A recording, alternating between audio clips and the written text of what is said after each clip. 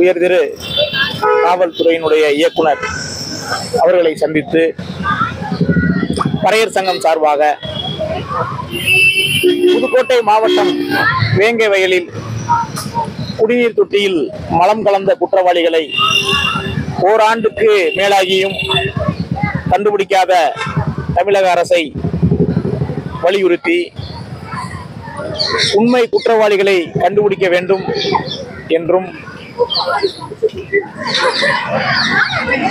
உயர்திரு காவல்துறையினுடைய இயக்குனர் அவர்களை சந்தித்து மனு வழங்கியிருக்கின்றோம். அதே போல பறையர் இன மக்களுக்கு தனியாக 25% இடஒதுக்கீடு வழங்க வேண்டும் என்றும் கோரிக்கை மனு வழங்கியிருக்கின்றோம்.